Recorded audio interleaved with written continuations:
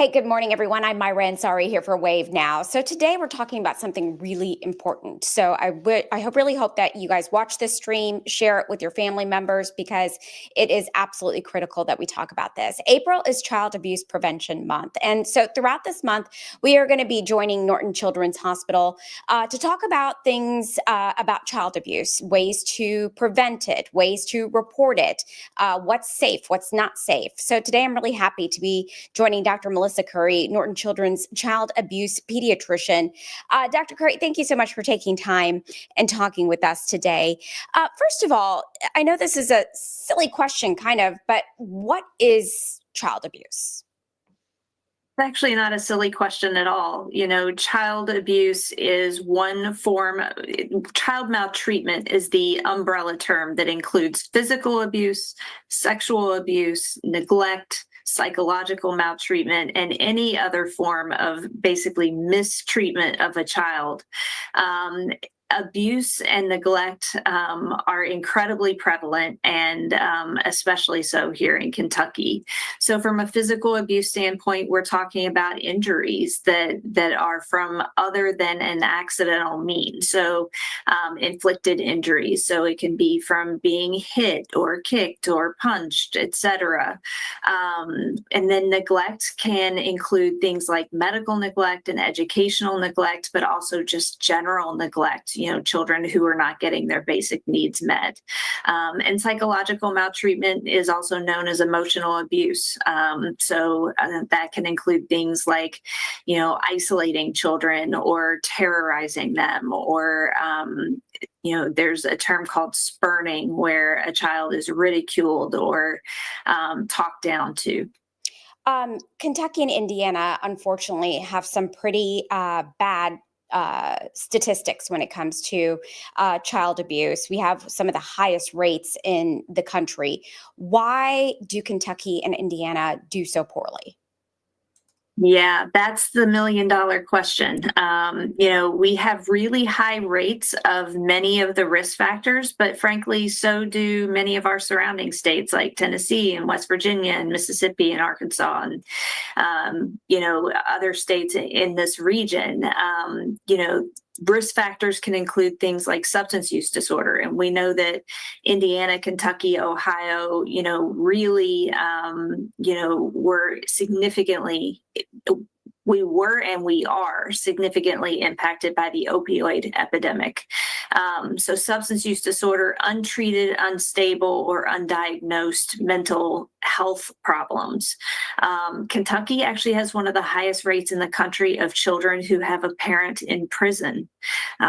You combine those kinds of things together, domestic violence as well. And when you have high rates of all of the risk factors, then we're going to have high rates of the outcomes, which is child maltreatment. That's interesting. I didn't know that we had some of the highest statistics when it came to parents being incarcerated. Long-term effects of children being abused, how do we see that play out with many kids? Oh gosh, it is such a cycle. So many of the adults that we see currently who abuse or neglect children were abused or neglected themselves. Now, I do want to be super clear that just because a child is abused or neglected, that in no way destines them to become, a perpetrator themselves. But certainly, trauma in childhood increases our risk for a lot of bad outcomes, and being a perpetrator is just one of them. We see increased rates of things like suicide, depression, anxiety, risky health behaviors like, multiple partners or, smoking or other substance use. One of the most profound outcomes that we see, we even see increased rates of cancer and heart disease in folks who were abused or neglected as children. And really, one of the things that we're learning and starting to really understand better is that it's not the physical injury that causes the long-term effects. It's the psychological component. It's that breach of trust. It's that interference with normal bonding where you're bonded to an adult as a child who is your source of love and care, yet that adult also hurts you or doesn't, provide, for your basic needs. And that psychologically has really profound effects on folks that last well into adulthood without some pretty, intensive trauma work from a mental health perspective. Talk to me about your role at Norton Children's. You are their child abuse pediatrician. What does that mean that you do? If there's a suspected case, do you come in and figure out what's going on? Members of our team do. As the only physician, I am very reliant on our incredible team of nurse practitioners and nurses and social workers and administrative help. And child abuse pediatrics is a subspecialty of pediatrics, just like pediatric cardiology or pediatric pulmonology. And it's unfortunate that we're needed. I would love to put myself out of business, but unfortunately, I don't see that happening. So anytime a child comes into the hospital and has a finding that may be indicative of abuse or neglect, our team responds by obtaining additional history. We may order testing like labs and x-rays, things like that. We basically do an evaluation that's comprehensive the same way any other physician would.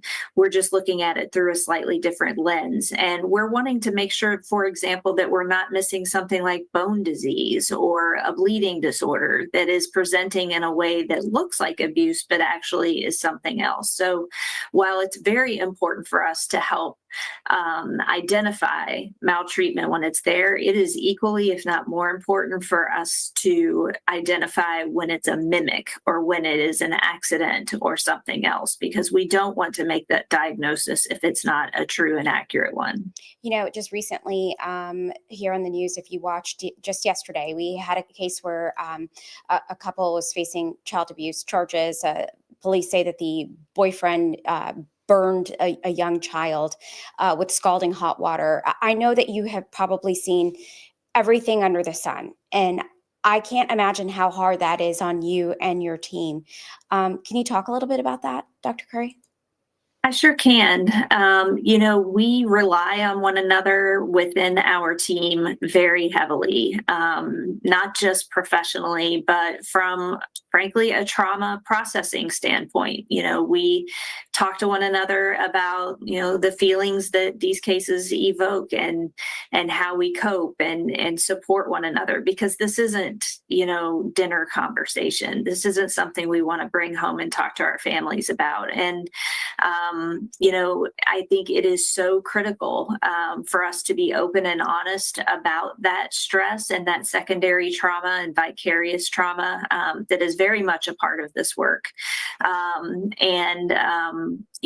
One of the things that I teach our learners, so we have residents and medical students who spend time with our team, but, acknowledging the mental health impacts of vicarious trauma is only the first step in making sure that we're addressing them in healthy ways and using healthy coping mechanisms. But really that connection with other folks who do this work, who understand what it is that we see day in and day out, it's critical.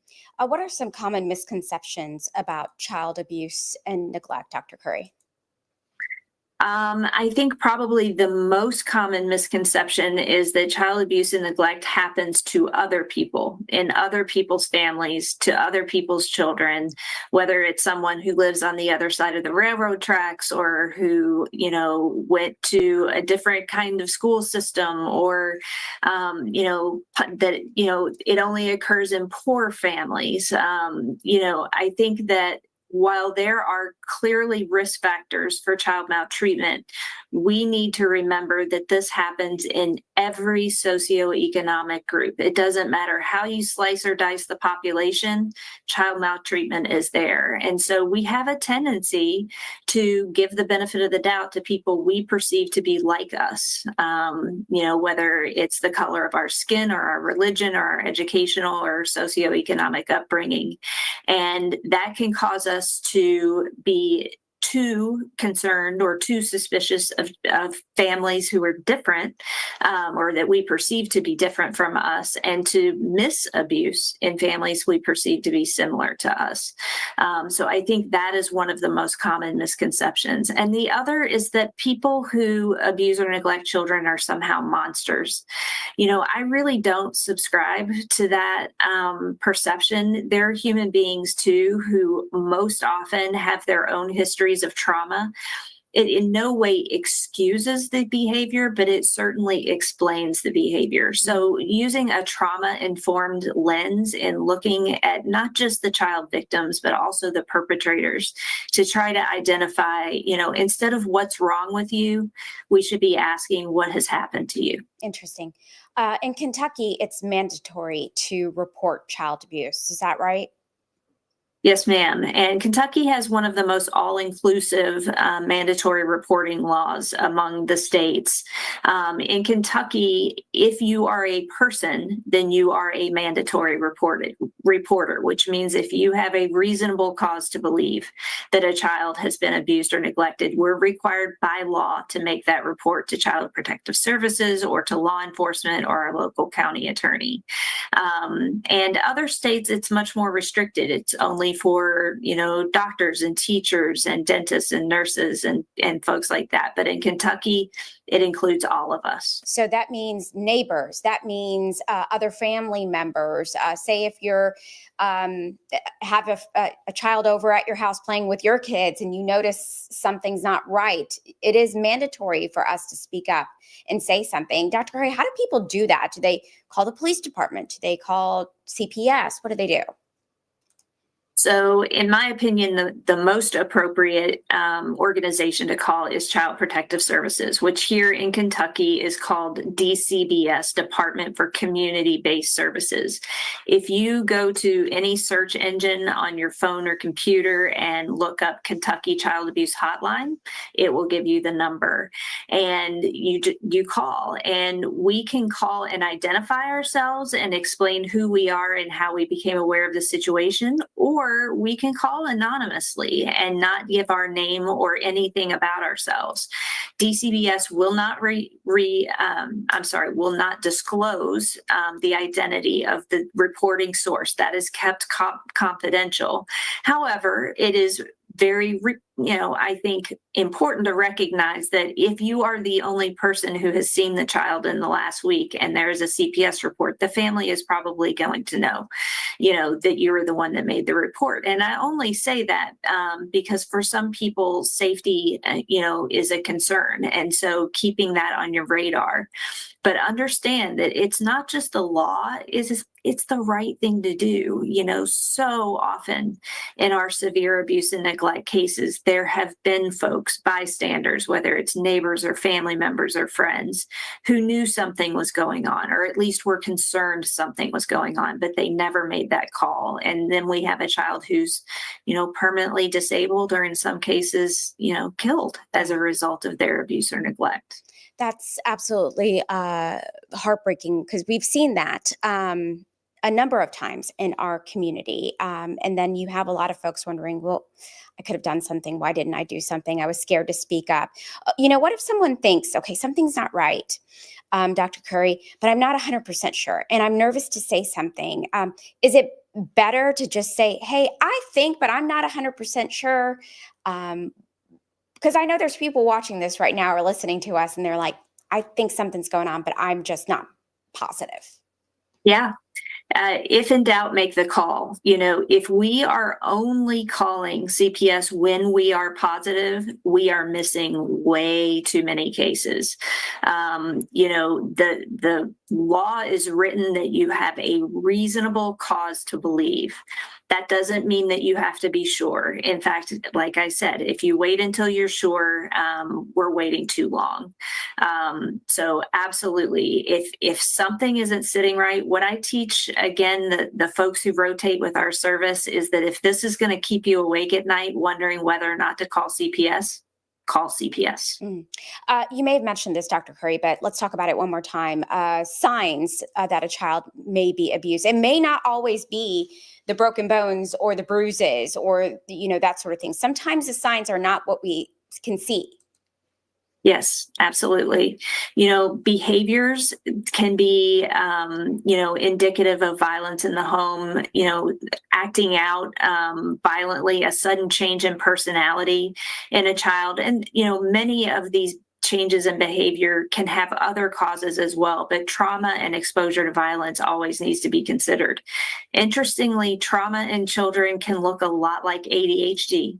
So understanding that, when a child can't focus or, is hyperactive or speaks out of turn, those kinds of things can be a result of exposure of trauma, which can include exposure to violence. Other things that we can see can include, in cases of neglect, children falling asleep in school or stealing from other children, whether it's stealing food or stealing things that they can then sell in order to get food if they're not being fed at home. Many of the families where we see neglect will have a very chaotic home where the child may or may not have their own room or a quiet place to sleep. The child may be sleeping on a couch in a home where adults are awake around the clock. Those can be signs. Things like wearing long sleeves in the summertime to cover up the skin, or frequent injuries where maybe the explanation sounds reasonable, but it just seems that this child gets hurt a lot. All of those can be signs that something is awry. Dr. Curry, I feel like I could talk to you about this all day. I want to say thank you to you for what you do. Thank you to our social workers. My husband is in social work and is an advocate for child abuse and prevention. So I appreciate and admire what you do. We need people like you. We need compassion out there. So thank you for what you do. Dr. Curry, is there anything that I did not ask you that you want folks to know about today?